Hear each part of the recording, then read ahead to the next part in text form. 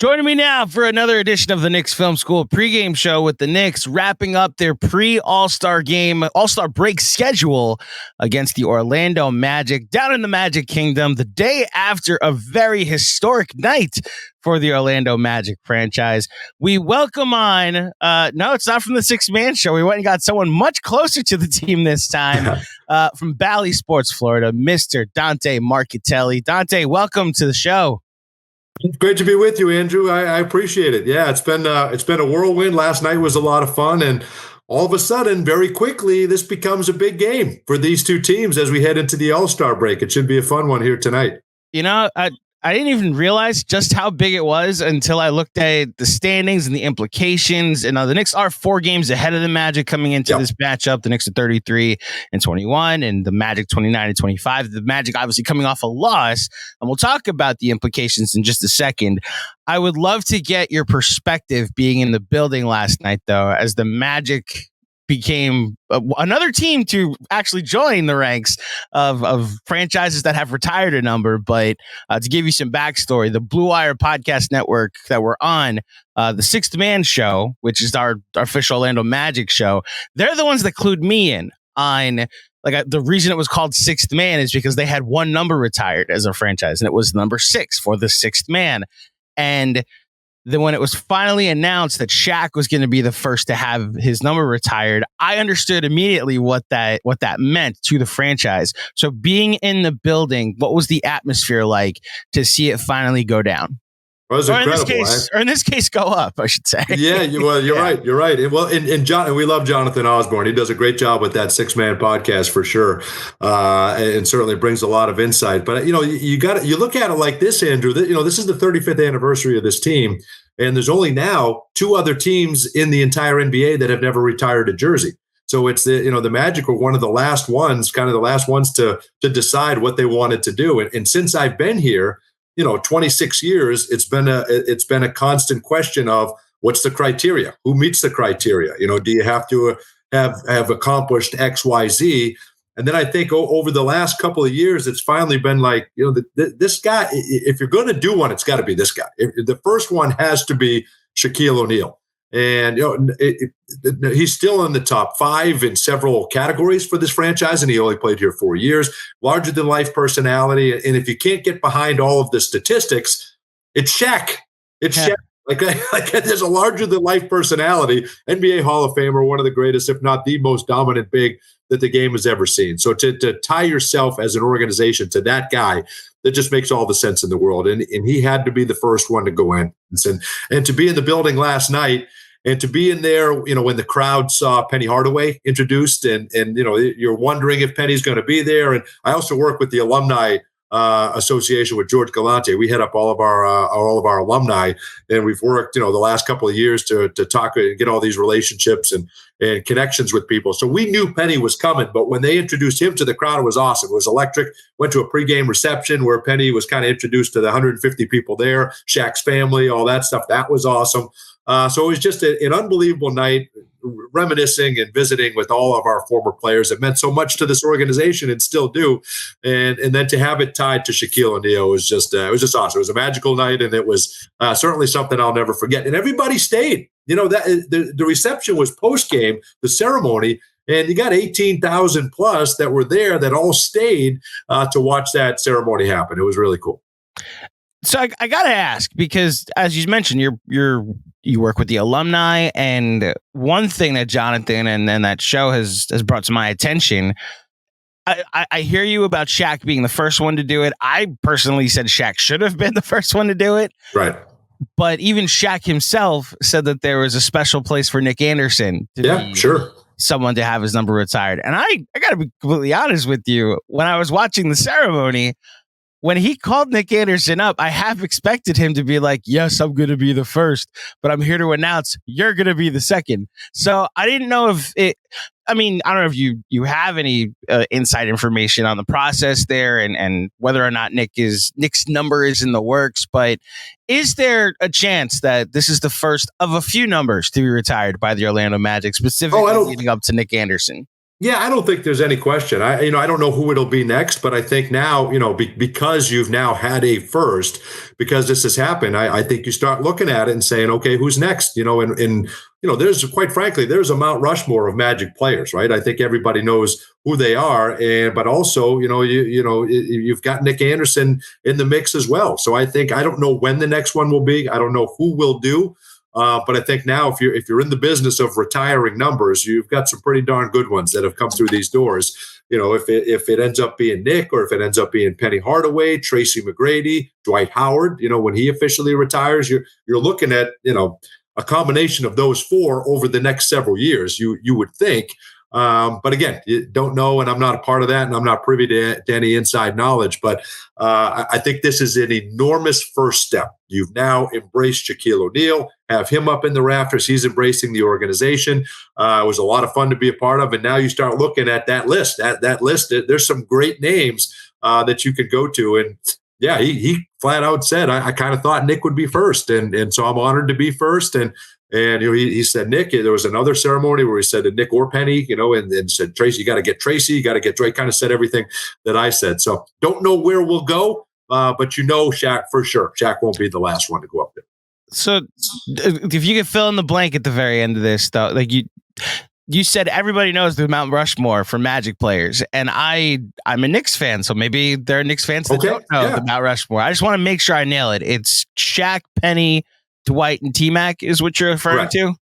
Correct. Okay. That's your Mount Rushmore. But if you're doing an all-time starting five, then you've got Nick. Then Nick would be your fifth. So you've got, he's one of your greatest players that ever was a part of this organization. He was here at day one. He was the first ever draft pick. Still works for the organization now. So I think it would be hard to put him. If you're talking just basketball, you're talking about statistics and what they did on the basketball floor. If you're talking other things, then it might be a little bit different. But those guys are there. That's your four, right? And then, but Nick, if you're a starting five, he's on that team. So I think it's pretty cool. Yeah, but you can make an argument for Hedo Turkoglu, Rashard Lewis. I mean, Dennis Scott, who was in the building last night. So it's you've had some greats that have come through these doors, no question.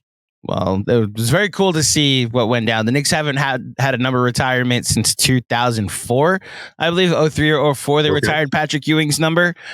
Former Orlando Magic Patrick Ewing, way back when. So there's a movement. I think I'm part of it. Technically, that Carmelo Anthony should be the next number to be retired. Okay. I wonder if after his Hall of Fame ceremony is when the Knicks will officially go down that road. But again, it was very cool on a Tuesday night to see what went down in Orlando.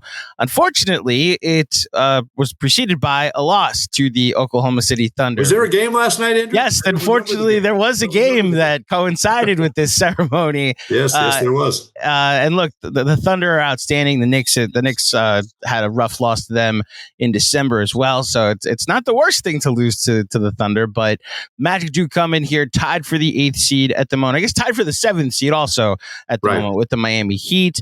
4 games behind the Knicks, but have won both matchups against the Knicks this year. So this game ends up being pretty pivotal. I guess the Knicks can't. I don't know if they play a 4th time. Actually, I could look it up while there will be a 4th. Yeah, there will be a 4th. So this actually is a very important game for the Knicks if they want to try and make sure that they're part of the tiebreaker complications. What are the vibes in Orlando right now, specifically around the team? Whether it be like we're just happy to be here in contention. Like I saw a stat go up that through 50 games last year, they were 19-31. And this year they already have 10 more wins at this point in the season.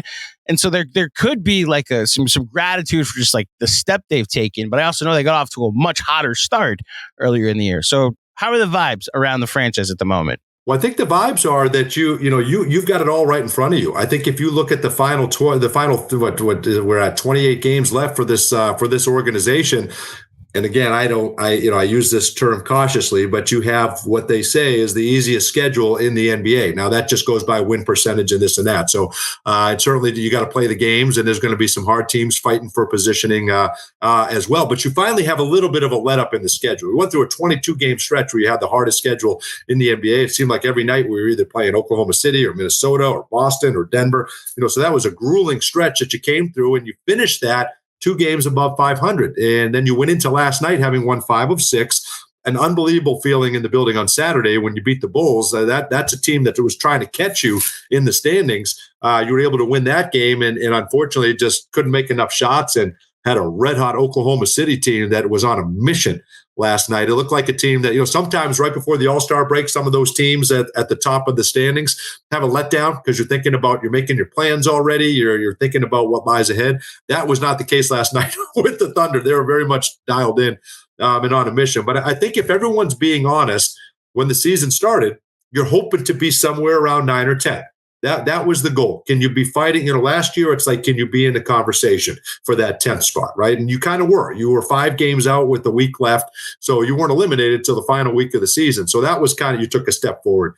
12 wins, better than the season before, and now you've already, as you mentioned, you've already improved on that. Coming in, having won 7 more games than you did, or coming in on is 10 more games than you did at this time last year. But you're already within 5 games of your entire win total from last year. So you've had a successful season already from that standpoint. And you're hoping, as the season started, can you grab one of those play-in spots? Well, now, as it stands, you're what, a game out of 6th, potentially here in the Eastern Conference. So I think that becomes huge. Can you avoid the play-in altogether? And by doing that, you got to win games like tonight. Yes, you're 4 games back of the Knicks in the standings, but you've won the first 2 meetings, and you can win the season series with the win tonight. Get yourself within 3 games, and if you can finish tied, then anything can happen. So I think now it's like, can you get as good as 5 or 6 in the East and maybe avoid the play-in altogether? So I think there's a lot of excitement here in Orlando as you close out the season series and understanding that, listen, Joel Embiid is hurt. When does he come back? Could Philadelphia be catchable? And I love the moves that the Knicks made, especially you got maybe the 2 biggest Magic killers in franchise history in Bogdanovich and Burks that have been added to the Knicks, right? So if you look at their numbers against the Magic the last couple of years and in their career, just giant Magic killers, and now you add them to that mix. But so I fully expect you guys to take off, and especially when you get Julius Randle back and things like that. But what if it doesn't, Andrew? What if it doesn't? What if there's something that and again, they've lost a couple in a row, and it always takes a while when you add some new pieces. But what if it doesn't click? Then maybe could possibly the Knicks be catchable in the Eastern Conference? And again, I fully expect them to take off. I love the moves that they made, and I think Tibbs will put it all together. But so I think there's a lot of optimism that you could go anywhere from, really, if Chicago catches you 9 to possibly 5 in the Eastern Conference, which is a great place to be and something that we haven't experienced in quite some time. So the schedule that you're talking about, and to Knicks fans that might not be aware at the moment, Dante's right. They have the easiest schedule remaining according to schedule strength on Tankathon. Right. Doesn't that make you nervous? Don't you kind of tread lightly when you see that? Because you're like, okay, technically on paper these are, but it doesn't always work out that way. So to an extent, it would make me nervous. I'm just going to say some teams that they have on their schedule remaining. Yeah. And this year's a bit uncanny in how very bad the bottom is. Like last year, it was weird how it seemed like just there was 2 teams that were really bad, and then there was just like a gigantic middle that was trying to make the play-in. This year, there's a very clear bottom 6 or 7. And of the Magic remaining 28 games, 2 against the Pistons, 1 against the Wizards, 3 against the Hornets, 1 with the Blazers, 1 with Memphis, and then 2 with Toronto. Like that right there is already a stretch. I was like, okay, so if the Magic take care of business, I check all of those as wins. And but you said it. But Andrew, you're exactly right. And if you look at it on paper, but Charlotte's a division rival. Charlotte just beat Indiana at home. What that doesn't account for is fair. Yeah, they got new life, right? They got Grant Williams now is playing well. They've added, obviously Brandon Miller's having a heck of a season, but they've added some different pieces who have caught fire. So I think. Yes, okay, their record is what it is, but I think when we play them, they're going to be much different than what their record indicates. So, but you're right. If you look at just wins and losses theoretically, but I think there's so much more that goes into it, which makes it hard to just look at the percentage. You know what the calculation I'm making is there? The Knicks are 22-2 this season against teams under 500. So in my mind, it's already like, okay, beat the teams that you're better than. And the two losses, one of them is Utah, which like the altitude that plays into it. And Utah was like hovering around 500 for most of the year. Correct.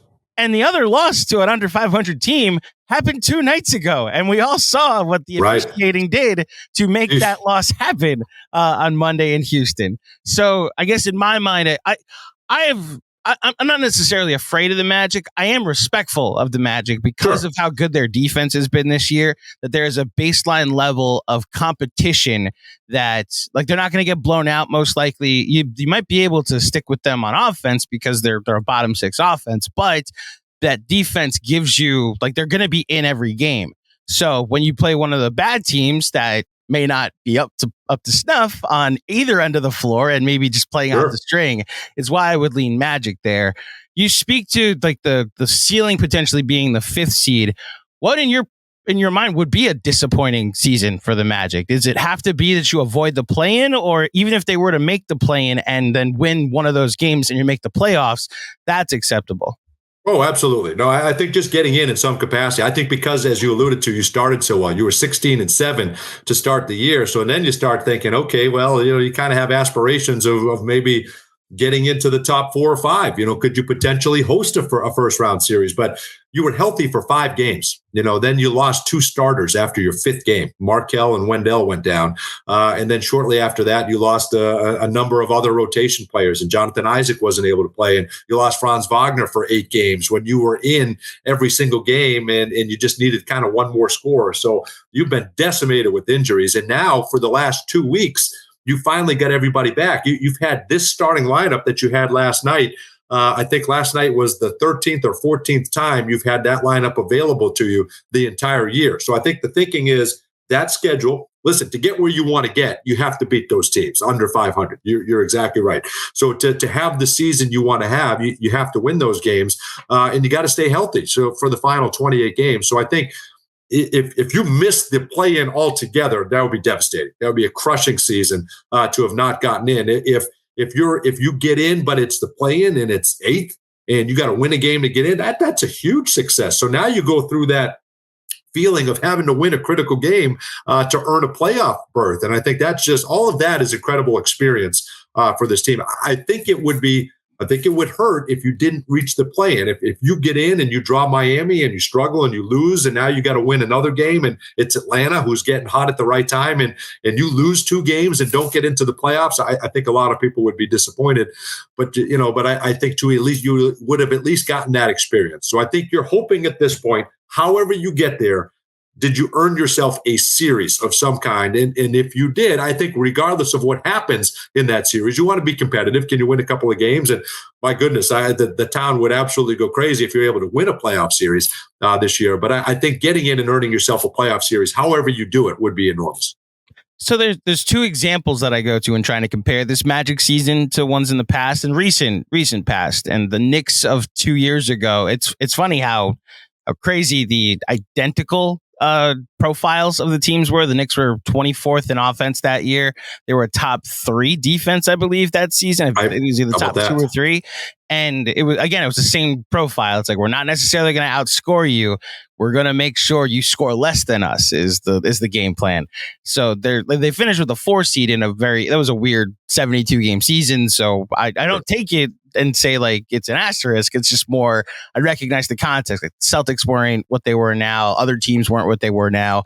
This East being more competitive, I at least compare what the profiles are. As far as how the season might go, the Cleveland team the year before they traded for Donovan Mitchell, where they were good for most of the year, had a really good net rating, and then injuries really took care of that team. And they ended up in the play-in, lost the 7-8, and then lost the 9-10. That's the worst case scenario for the Magic, of course, but that team had to overcome a ton of obstacles that year and obviously then made a big move. What would you say is the biggest obstacle this Magic team has had to overcome this season, as far as not comparing it to that Cleveland team, obviously, but just over the course of the year, what have they had to deal with more so than other teams have had to? Well, I think it's 2 things, Andrew, and I think if you're a Magic fan, you know it's kind of a struggle for every season for the last 4 or 5 seasons has been health. You just have not had your full arsenal of players, and 2 guys that you rely on so much and that are such a such an indicator of how good this team can be are Markelle Fultz and Jonathan Isaac. And they've just been, you have not had them fully healthy for the last several years. And now you potentially could for the last 2 months and into the playoffs. So what does that look like? You're now with Markelle Fultz as a starter, you're 74-71 when Markelle Fultz is out there and starting a basketball game. Okay. And you say, okay, that's right around 500. But for this team that has not been close to 500 for the last 5 years, that's huge. Without Markelle Fultz, you're 54-130. So to me, you say, okay, that's an 80-game difference when you don't have your starting point guard, right? So that's huge. And then the other thing is Jonathan Isaac. I mean, he's one of the best defensive players in the NBA when he's fully healthy. And when you have the luxury of using him for the final 9-10 minutes of a game to close it out and go against the opposing team's best player, he's the X factor. He's every bit the X factor for this team. So I think that's it. Just if you can just be healthy in whatever minute, can you get 25, 26 minutes out of Jonathan Isaac every game, the final 28 and into the playoffs? That's huge. When it becomes a half-court set, that's where the Knicks are going to be so dynamic. It's almost impossible to score on them in the playoff scenarios with a set defense, right? It's going to be very difficult with the way the Knicks defend. The Magic are hoping they're kind of like that too. The other thing, Andrew, is the shooting. The shooting just has not been there. It has not been there this year. It has not been there for several years. And that was the case last night. You watch Oklahoma City, you give them any room and that they've got a number of guys that they can go to that can knock down shots. And, Saturday night, you shoot 59% from beyond the arc and you have a big offensive night.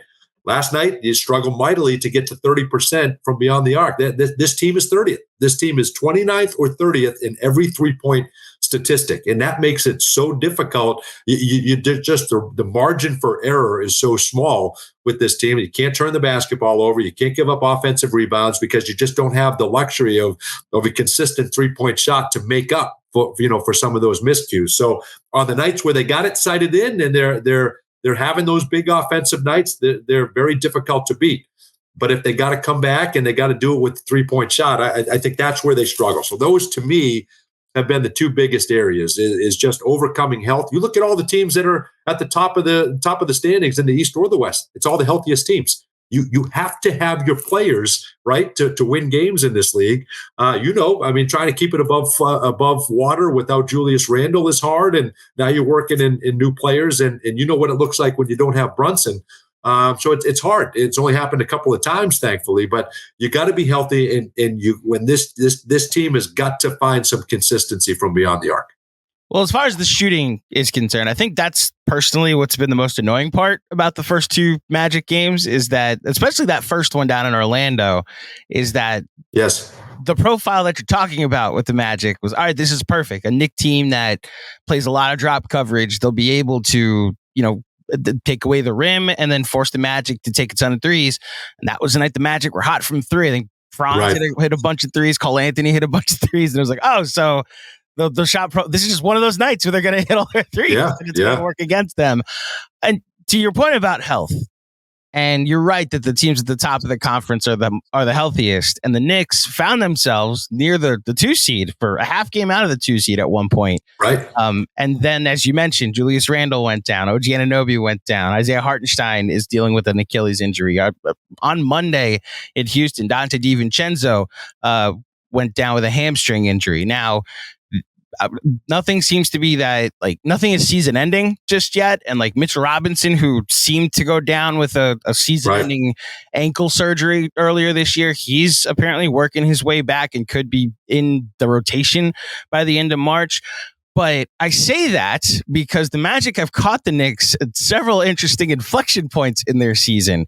The day before the OG Anunoby trade was a game against the Magic. Correct. Game on Martin Luther King Jr. Day, the matinee at the Garden, when the Knicks lost to the Magic. Jalen Brunson missed one of his 2 games that he's missed this year. I guess 3 games that he's missed this year.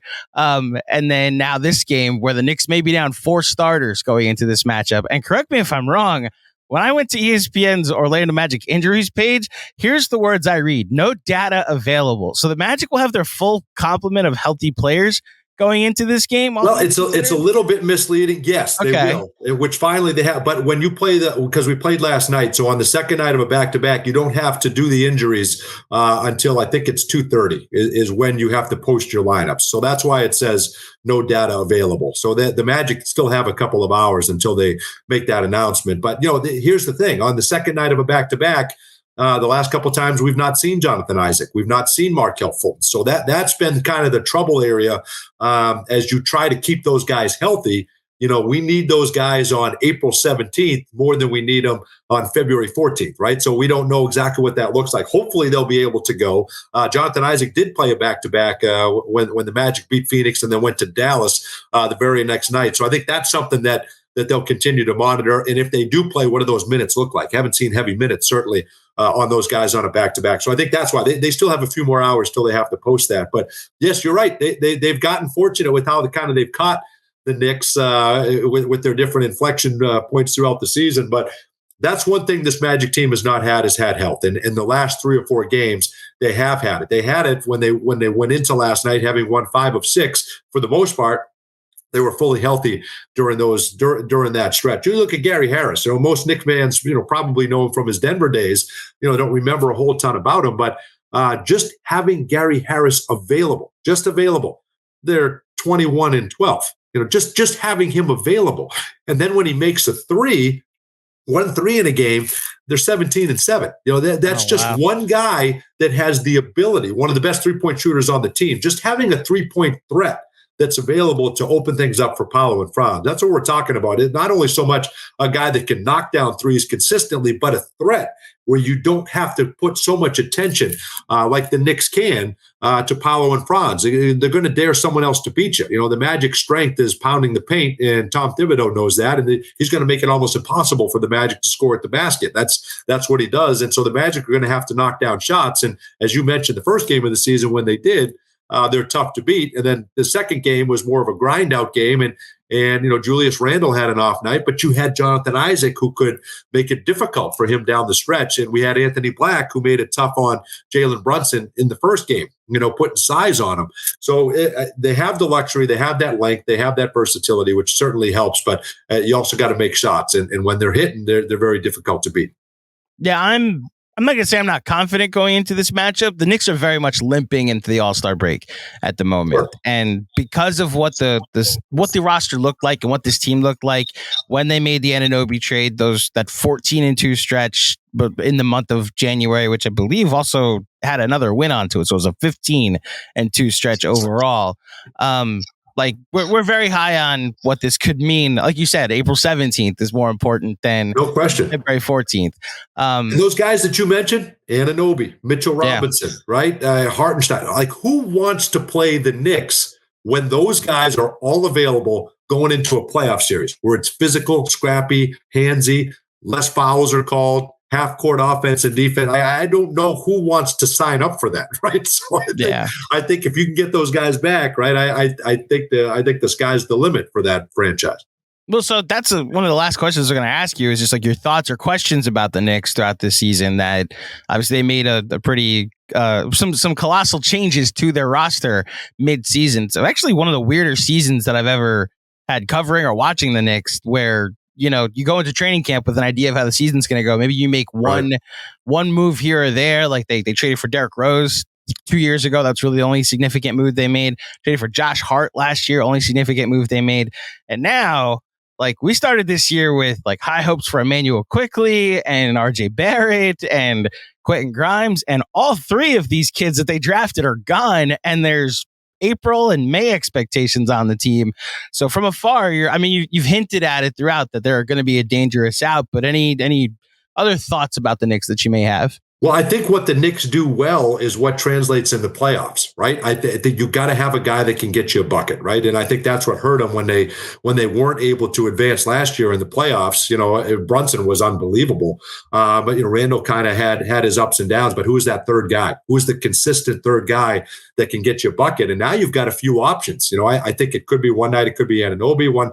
We're such believers in Bogdanovich and Burks here in Orlando because we've seen them at their best time and time again. So I think those guys, when push comes to shove and their backs are against the wall, those guys are going to deliver for New York each night. So I think the physicality that they bring, I think Tom Thibodeau putting a game plan together and having the guys that can execute it, I think is going to bode well for you no matter who you play. But I do think there's a confidence with this Magic team that they can hang and beat this team. I certainly do because of how they defend and with any team. I mean, every team has to have confidence, right? And I think every night this Magic team hits the floor because of the length they have and because of how they defend. You said it; they're going to be in every game, and I think they feel they can win every game. I'm such a believer in Jalen Brunson. I can't stand the shift to get away from guys that played 4 years in college. I don't understand it. Or every organization is so enamored with the length and the quickness and the upside. And what's wrong with taking the guy that's done it, the guy that's won multiple times, the guy that has got a chip on his shoulder, the guy that is going to compete. He plays games. He's a winner. So I think having Jalen Brunson running the show, I think is huge. I was such a believer in him, and part of that is because of Jamal Mosley. He coached him for several years in Dallas. Is such a believer in Jalen Brunson, right? He's such a huge fan of him. So I think this team can go, extremely far. I think they match up well with Boston. I don't know that Boston wants to play him. So I guess I don't know what your limitations would be. Because I think you guys, we see the capabilities and we understand how good you guys can be. And I think you have the ability to match up well with any team in the Eastern Conference. I don't see why you couldn't get on a run once you figure this out and get fully healthy and incorporate these guys. I don't know who scares you. I guess would be what I would ask you is, who scares Knicks fans when push comes to shove and you got to win a 7th game on the road? Who is the team that you don't want to face? So it's absolutely Boston. There's some Miami Heat PTSD that exists with Knicks fans because of how last season went and just like what that it's a cliche to say culture, but like what Spo will do to you in a 7-game series. They've earned that respect. As far as I'm concerned, it's really Boston. And it's interesting, Dante, like you just said it, like you believe that they could hang with anybody, that they're going to be a tough out. Nobody wants to see the Knicks in the playoffs, right? That's been the national conversation about the Knicks and their rushing since the Anunoby trade. It's like, oh, they've hit a new ceiling because of the injuries and because it's been very bumpy to start. Knicks fans, like the vibes in New York are like, we'd love to see that team, like that version of the team that you all keep talking about that, is going to be this tough out and fully healthy, could make a run to the conference finals or greater. And I do believe that. I do believe that there is an unknown ceiling to this team anymore. A ceiling I just personally haven't even fathomed since the 90s. But again, they're coming into this game with potentially missing 4 starters on Wednesday night. So we'll see how this matchup goes. As far as the last question is pertaining to this matchup, like I remember throughout my conversations about the Magic going into it, it felt like the starters played somewhat even, and then there was this bench mob that came in and just like took advantage of second units, which honestly is the best comparison to that Knicks team from 3 years ago, the Julius Randle most improved player season. That starting unit was like a plus 0.6 over the course of the season. And then the bench mob was when they would come in and like build 10-point leads and beyond. Is that still the formula for the Magic success? I know that we've talked about the defense a lot, but as far as how they build leads and win games, is it still like be somewhat even with the starters and then we'll take advantage of second units? It's a great point and great insight, and I think that was kind of the case until I think we've seen a little bit of a shift in that in the last 3 or 4 weeks, simply because you had your starters out, so all those bench guys were starting, and I think so. Now what you've seen, now that you're fully healthy, you're trying to ramp up and get your starters minutes where they need to be, and your starters production where you need to be to go into the playoffs. And the bench, we've kind of seen that second unit, the numbers come down a little bit, and some guys are out of the rotation that were starting, that played big minutes, and now the formula is no matter who's on the floor, we got to pound the paint. We have to pound the paint, and if that's Markelle driving into the paint, kicking out to open shooters, or if that's Paolo and Franz driving to the basket and scoring in the painted area, if that's Wendell stretching the floor as your stretch 5, however you get there. You have to score in the paint. That's where this team is most effective. You have to get to the free throw line. You have to create turnovers and score. Points off turnovers have been huge. They're one of the best teams in the NBA at that. They're second in second chance points. So, typically when teams struggle to shoot, you got to find other ways to score. So I think that's been it. And we've seen a lot more of that happen with the starting unit than we have with the second unit here of late. But what we're seeing with the second unit is, a lot of times they may grow the lead, but at least it's staying even. And now we went through a stretch. We had 4 or 5 straight games where the starters just didn't have it, and the second unit came in and got you back into the basketball game. So they have the luxury of kind of finding out what you need. And last night when the Magic struggled when you broke the lineup, and that's kind of where we got some separation. So it's kind of been on a night to night basis. And yes, that was exactly the formula. It was the second highest scoring bench. First for a number of weeks, right there with Indiana. It's like, all right, let's get the game started. Let's go to that second unit. They'll absolutely take over. So it's kind of been a little bit of a shift here the last couple of weeks. But the formula for this team, no matter who's on the floor, is just to defend, pound the paint, get to the free throw line, create points off turnovers, and try to score before you go to a set defense. And this team doesn't turn the ball over a ton, so that makes it tough. This team will knock down open shots if you leave them out there. So I think I would caution Knicks fans. I know it's hard when you're so close to it, but if let's say you don't figure it out and you don't get healthy for the next 2 or 3 weeks and you drop a little bit, let's say you drop to 6 or 7. Wherever they finish, they're going to be in the driver's seat as long as they can be healthy going into the last couple of weeks of the season and into the playoffs. We saw Miami. Miami was 2 minutes away from being eliminated by the Bulls last year, in the 9-10 game, and then went all the way to the NBA Finals. I think that is how people view what can happen in New York. I work with Quentin Richardson, who Magic fans certainly know, and he's a guy that to be the first one to say, people don't understand it, but when you play for the Knicks, you're a Knick for life, and he loves that. And obviously very proud of his time there, and he can't stop raving about the additions of Bogdanovich and Burks and Anunoby. And he thinks, again, same thing. Once they get the full complement, that team is going to take off. So I think Knicks fans, it's hard to preach patience, but I think once you get there, I wouldn't worry about the standings. That is not going to matter for that team. You just got to get healthy. And once that happens, I think they'll take off. Well, first of all, shout out to Q Rich. Once a Knick, always a Knick indeed. Yeah. We take care of our own, no matter how long you played in this uniform. And look, as far as this matchup is concerned, you telling me that they like to drive a ton and right. really go at the paint. Again, a Knicks team potentially missing their top 2 rim protectors, and it's like Precious Achiuwa and Eric Sims. Look, I'm not trying to say that this should be a Magic win. I'm just the Knicks again are limping into the All-Star break, so we'll see. And the Magic have to take it. You're right. Take advantage of it. They have to take advantage of it. After last night, and I give Orlando credit because they you didn't have Brunson, so you took advantage of it. Julius Randle had an unbelievable night, but Brunson struggled to shoot offensively in that first game. So those were 2 games where the Magic took advantage of that, and they need to. They need to get a win going into the All-Star break. This is huge for this team, trying to get out of that play-in scenario, try to win the season series. This is a game the Magic need to win. To get where you want to get, you have to take advantage of games like this, especially if you guys have guys out of the lineup, no question. Is there any significant? This will be the last question I ask. Is there any significant milestone to be 30 wins before the All-Star break? I don't know if that was anybody's bulletin board material before the season, but that's an accomplishment if they get that tonight. It's huge. It's absolutely huge. I mean, and you're one of the best teams in the NBA at home. You're very good in this building. Oklahoma City again just last night, and that was. And I think the Magic put a lot of pressure on themselves. That's the first nationally televised regular season game for the Magic since 2012.